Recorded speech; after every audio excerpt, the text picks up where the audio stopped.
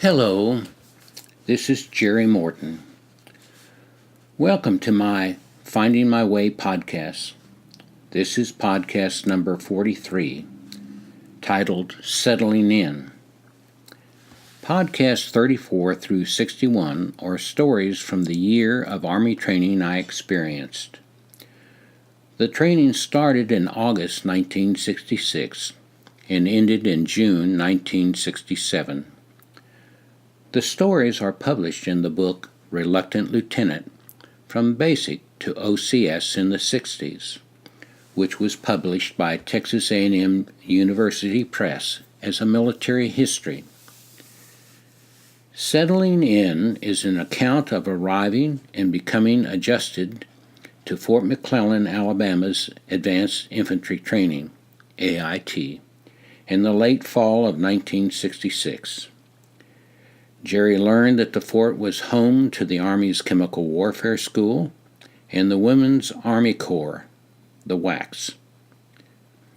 Fort McClellan had just started training the infantry. Settling in. We got off the trucks and walked into the barracks. They were huge. There were rows and rows of steel-framed bunk beds. A row was against each long wall. In the center were 2 rows of bunks with their ends pushed together. This arrangement resulted in 2 long pathways for walking from one end of the barracks to the other. Each of us had a wall locker and a foot locker for our personal use. The barracks were made of wood and seemed quite old. They probably had been constructed for use in the Second World War. Our entire company of 200 or so men was bunking in it. If you had a tendency towards claustrophobia, you wanted to be somewhere else.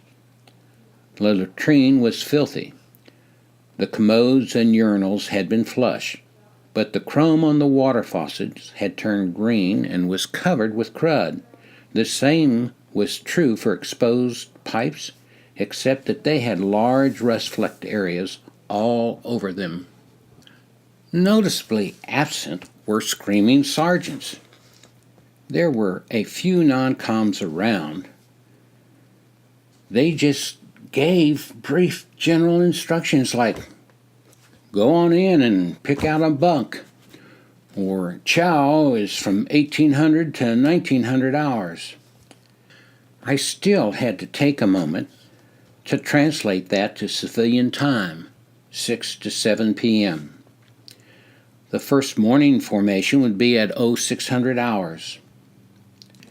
Late that afternoon, a slightly pudgy infantry captain addressed the company. He wore glasses. His fatigues were too big for him, were badly wrinkled, and in need of cleaning. His shirt has sweat stains around the armpits. "Welcome to Fort McClellan, men," he began. His voice was so quiet you had to strain to hear him. "Fort McClellan is the home of the Chemical Warfare School, the home of the WACs, and now the home of your Advanced Infantry Training. For the next 8 weeks, we will do our best to prepare you for combat. You will spend a lot of time training in the field. We will try to give you time off on the weekends as often as we can. Your performance in the field will determine how much time off you will be given. I hope to arrange for at least 2 weekends that you can go off post. One of them will be a 3-day pass. Listen carefully to the training staff. The things they tell you can save your life in Vietnam. If you have any problems, talk to your sergeants. If they can't solve them, they'll speak to me. I will do my best to make your training here valuable for you." The rumor mill had already told us that this was where the Army trained all of its women soldiers. They were called WACs, which was the acronym for Women's Army Corps. This was supposedly the only place where they trained them. Another fact generated by the rumor mill was that ours was just the 2nd Battalion's worth of soldiers to undergo AIT training here. The field was a jungle. There were no well-worn paths in the woods. It was hard to move through the underbrush. Lots of people had gotten lost during the previous 8-week training cycle. Most of the training sergeants had seen combat in Cuba during the Bay of Pigs invasion, or so the rumor mill said. I thought that was strange. From my recollection of the newspaper stories I had read about the Bay of Pigs, almost everyone involved had been killed or captured. Rumor had it that the soldiers who fought at the Bay of Pigs were all exiled Cubans who had been shipped over there by the CIA. I did not see any Latino-looking sergeants. There were a lot of black non-coms, but not a single Latino-looking sergeant had passed my way. They were real short on sergeants with any Vietnam experience. Most of the sergeants with that experience seemed to still be in Vietnam getting it. We were hungry to talk to anyone who had been to the NOM. We had a pretty good idea of where we were going and what we would be doing about 8 weeks from now. Either we were going to some other very select training, like OCS, or we were going directly to Vietnam. Those of us who went on to specialized training knew it was most probable that we would ultimately end up in Nam. I was beginning to realize that Nam might be my ultimate destination along with everyone else. I still had hope that I could get a branch transfer out of infantry, but the Army tests were proving to be no piece of cake. I might not do as well on them as I had been led to believe I would. Then again, there was hope for the branch transfer to the Medical Service Corps. I was having trouble finding out the truth about that. Once an infantryman, always an infantryman seemed to be the unspoken motto. In the morning, trainees began appearing with those striped-on sergeant stripes. They started giving orders left and right. One guy in particular was actually dropping soldiers to do push-ups for not doing what he said or not doing it right. I was amazed. Rumor had it that the guy had gotten into an argument with one of the college guys over his belief that Chicago was a state. Unfortunately, this trainee sergeant was in charge of the platoon to which I was assigned. The first few times I came into the guy's presence, he just stared at me. I would look back at him with a blank expression. After a few seconds that lasted a long time, I would finally nod. He would nod back and go on with whatever he was doing. He never spoke directly to me, nor did he ever hassle me. It was one of those situations that you could never understand. As always, the platoons were broken down into squads. There were 4 squads per platoon and 4 platoons to a company. I assumed it took 4 companies to make a battalion, but that was just a guess. There were at least 5 identical barracks lined up with ours. We were in the second to last one on the left. The last one, the one next to ours, was different. It was up on the hillside. All of the others were at the bottom of the hill on level ground. The hillside one was not filled up until the next day. It was full of Army reservists. We all knew what that meant. They were play soldiers. They were the ones with enough political pull to avoid the draft. After they completed their 8 weeks of training, they would go back to Jody, Sister Sue, smoking and joking, school, or a job. Oh yeah, and they would also go to once-a-month Army Reserve training in their hometown. The one place they would not go was Vietnam. They were a joke as far as we were concerned. Of course, if there were ever a general mobilization, they would be called up and expected to fight, just like the rest of us. In that case, none of us would want to be with them. Since their training was a joke, none of us would want to be anywhere near them. They would wind up getting people killed because of their ineptitude. The general opinion of the rank and file was that if you were going to war, it was best to be well trained. The squad system broke down when we were in the barracks. Squad members were spread out all over the barracks. Since we had randomly picked our bunks, there was no organization as to who slept above you, on either side or across the aisle.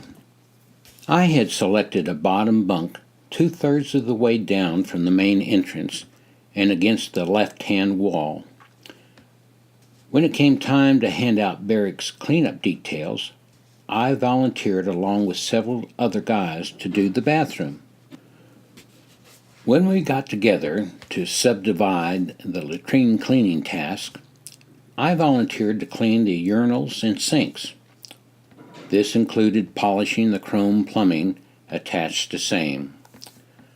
All of the faucets, urinal handles, and chrome pipes underneath the sinks, as well as anything else made of chrome related to those 2 pieces of prized American porcelain, were mine to clean. My thinking went like this: it looks so bad now that anything I do will be such an improvement that I will never be hassled during inspections. In addition, everyone hated the urinals. No one in my brief experience in the Army ever hung around the urinals or sinks. You did your business and left. Thus, once everyone was done in the morning, the place would be all mine. No one would hassle me as long as my stuff passed inspection. When cleanup detail time came, I would be left to my job. If I got it done early, I could stay there or go to my bunk and do other things, important things, like polishing my shoes and belt buckle or cleaning my rifle, the things that kept you out of trouble. The armory for our company and the reserve company was just a few hundred yards from the barracks. Right off, we were issued our rifles, the solid M14. I had grown to really like that weapon. It was powerful, accurate, and felt good in your hands whether you held it on your shoulder while standing at attention or at high point while jogging down the road. We intermingled with the reserve guys when we picked up and returned our weapons. It was my first interaction with them. They seemed to be a nice enough group of guys. My weapon was filthy. Obviously, the last guy who had fired it had not cleaned it afterwards. We were immediately put to the task of breaking our M14s down and cleaning all of the parts. It took hours and hours of work to get the weapons back up to the well-cared-for condition of our basic training issued rifles. To help pass the time spent rubbing the damn barrel, I began making sounds. They were a mix of American Indian chanting, Buddhist oming, and the random sounds emitted by the totally insane. I thought it fit the situation nicely. I thought that the way I allowed a little drool to flow out of the corner of my mouth and down my chin was an appropriate touch. I moaned in my soft, guttural way. After a few hours of this, a guy with a master's in English came up to my bunk. Earlier, he had identified himself to me by saying that he had a master's degree in English. He had heard that I had a master's degree in psychology. After I had confirmed that fact, he told me how refreshing it was to meet someone else who was an intellectual. He thought that almost everyone he had encountered thus far was pretty stupid. That just struck me the wrong way. I did not rise to the bait. I shook his outstretched hand, determined to have little to do with him. Several days passed during which we spent a significant amount of time cleaning our rifles. My mindless sound making was developing into a fine art. It really relaxed me. "I can't stand it. I can't deal with that noise you're making. Please, please, please stop," the obviously stressed English major pleaded as he stood in front of me. Hell, wouldn't you know it, I thought. This horses behind would be the one to complain. Damn! His bunk was at least 8 or 9 bunks away from mine. None of the guys immediately around me had complained. I was being particularly soft in my chanting so as not to disturb anyone. Besides, the chanting actually made this tediously boring task tolerable. "It can't be all that bad," I stated as I wiped spittle from my chin. I can't hear. I can hear it all the way through my bones. It sets my nerves on end. I can't deal with it anymore," he blurted out in that panicky, whining tone. The guy is a neurotic, I thought. He's a pain in the butt. This was not bothering anybody else. If it had been, someone surely would have said something to me after all this time. That was my thought in a flash of a second. "Tell you what," I said, remaining outwardly calm. "If you can get 2 other guys to say that it's irritating them and they want me to stop, I will." Okay, I'll be back shortly," he said, backing away from my bunk. Takes all kinds of people to make up this world, I reflected. If he did find 2 guys to complain, I would stop. Hell, he would never find 2 to complain. What if he found just 1? What would I do? If it bothered him so much that he would go to all of the trouble of convincing someone to come forth, I would stop. I did not want to drive someone up the wall, but the chanting really did seem to make the time go easier. "Here they are," he said, concern etched into his wrinkled brow. "Are you here to complain about my noise?" I asked the 2 of them. They both looked sheepish, their heads hanging down, and shifted from one foot to the other as they stood there in front of me. "Yeah," the one closest to me finally said. The other guy nodded in agreement. With resignation, I inquired, "Do you want me to stop?" "Yes," the first guy said without looking at me. Turning to the English major, I said, "Okay, I'll be quiet. Sorry it bothered you." He smiled slightly and left with his 2 companions. Nothing else was said. I got a letter from Anna. It had a newspaper clipping in it with a picture of me in my Army uniform. It was the headshot from the basic training book they gave us at graduation. The book was laid out like a high school yearbook. Instead of photos of the track team, the cheerleaders, and the student body president, there were shots of soldiers stabbing dummies with bayonets, throwing hand grenades, and crawling under live machine gun fire.